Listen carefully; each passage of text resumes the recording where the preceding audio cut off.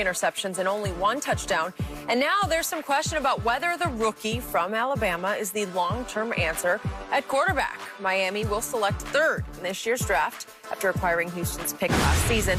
And Pro Football Focus suggests that while Tua may not be a bust, the team would be smart to draft another QB this year at number 3. So, Shannon, you have been a Tua supporter. What's your response to this idea? Yeah, Pro Football Focus makes absolutely no sense. That's like my financial guy said, well, Shannon, you're struggling on the money end, but it'd be smart for you to go buy a new car.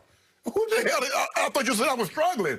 I'm trying to make this. You said go buy a new car? What if your car that you have right now is a lemon? It ain't no lemon. 9 games.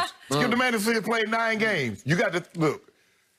Miami has capital. They got the 3rd pick, the 18th pick. They got 2 first-rounders, 2 second-rounders. They got 4 of the top 50, 3 of the top 36 picks. So, Skip, for me, they need playmakers. Their receivers, they drop too many passes. They don't have enough playmakers for Tua. And Tua, what is Tua used to having?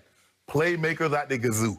I mean, Jalen Waddle had Ruggs. He had Jerry Jeudy. He had the Heisman Trophy winner. Devontae Smith. He had Najee Harris. Skip, he needs playmakers. And you have the resources to give him that. You still have cap space to attract somebody in free agency, Skip. I would not spend that. Because the first 2 picks, I believe, off the board will probably be, and if I'm Miami, I'm smart. I'm not telling you what I'm going to do. Somebody might want to come on up here, Skip, and give me something. I might give me another first-round pick and be able to get the people that I want to put around Tua. So I'm not telling you. I was reading the paper yesterday. Brian Flores could have come out and said Tua's our guy. Why would I do that? That's the problem. I'm not telling you what I'm going to do. That's the old Belichick. I'm not telling you what I'll do. Come draft, when we get closer to the draft, make me an offer I can't refuse, and you get that 3rd pick. But I wouldn't do it, Skip. I would not do it because Tua wasn't even really supposed to play this year. So basically, you got an opportunity to look. I believe he will be just fine, put some playmakers around him, and go play and win and contend for the division next year. So, Shannon Sharp. Yes. This is the first college quarterback that you ever latched onto. Yes. And I believe you picked the wrong college bandwagon to drive into pro football. I'm right with Tua. I told you before the draft, I told you last year during the year, this is not the right guy. I don't think Miami wanted to take him 5th overall. They felt forced to because they couldn't make a deal with Cincinnati for the 1st pick for Joe Burrow. I think they, by far on their draft board, had Joe Burrow ranked above Tua. Oh, absolutely, yeah. Okay. Especially with that injury, Skip? It reportedly, he had 5 different surgeries while he was playing college football at Alabama. What Shannon Sharp always preach, hurt in college, hurt in the pros.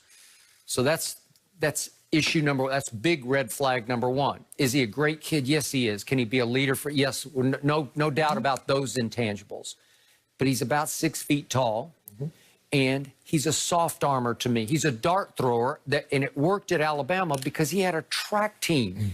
He had 4 first-round picks at wideout because I think Jalen Waddle will go in the first. I know he hurt himself. God bless him. I'm knocking on wood for him. He'll probably be healed by the end. But hey, he's going to run a very fast time. He's going to run very fast. He'll be somewhere later in the first round, I think. Yes. And my God, Devontae Smith. Not only do I believe he'll win the Heisman, but is he going to go top 5? Yeah. He dominates games. He takes over games. And Tua had all these, and you mentioned Najee Harris. Is there anybody better at that position right now? And you can hand it to him, or you can just flip it to him and let him cook in the open field. Well, Skip, for me, look, if somebody doesn't come up and make me an offer I refuse, I'll probably take that big tackle.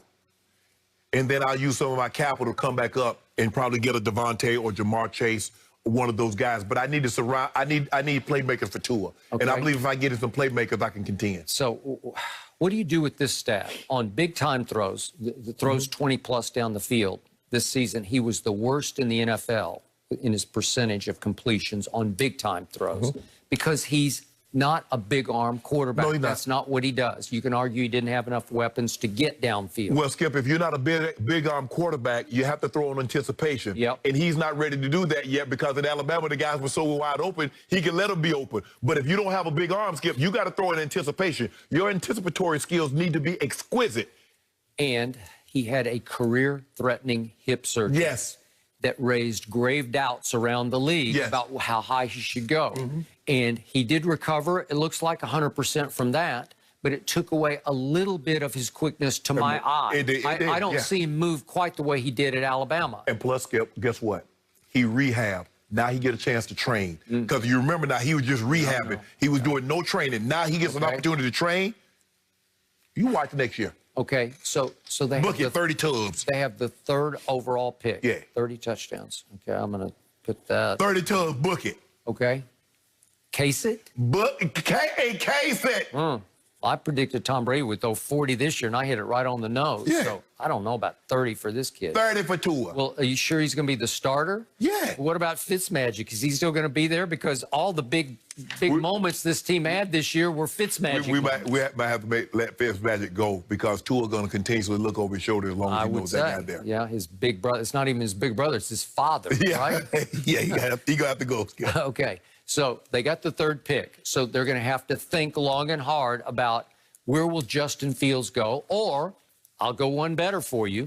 Could they package the 3rd with all their other draft haul? What if Jacksonville would think about giving up Trevor? I don't think they would for any amount of draft capital. Skip, you remember what happened in '89? It was between the Cowboys and the Packers. And for some boneheaded reason, the Packers won the game, and they lost Troy Aikman. The Packers selected Tony Mandarich. What was that about? You see what happens, Skip?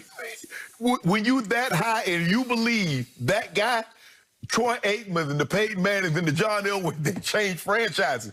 Tackles don't really change franchises, Skip. I'm sorry. Okay. And if you believe you got that guy... Well, you just said somebody's going to want that big tackle from Oregon, right? Yeah, but I'm saying, who wants him? Now, I'm not necessarily I want it, but if somebody come up and make me an offer I can't refuse, well, hey, but I'm just not moving out of that top spot. I'm not giving up Trevor Lawrence. All right, so what have I seen from Justin Fields? Well, the other night, he was off the charts sensational. It was almost like he didn't even have to look where he was throwing. He was just rearing back and firing it, and it was hitting somebody right in the hand. Yes. I watched him carefully against Indiana and then against Northwestern. And you didn't see, I didn't see that. He wasn't great. Right. He was hit and a lot of miss. Right. And it scared me. And I know I saw in Todd McShay's draft order, he dropped him from 2 all the way down to, I believe, 9. Right. Okay, now what? What do you do with that? Because I don't know if you can play any better. No. Obviously, than he played against a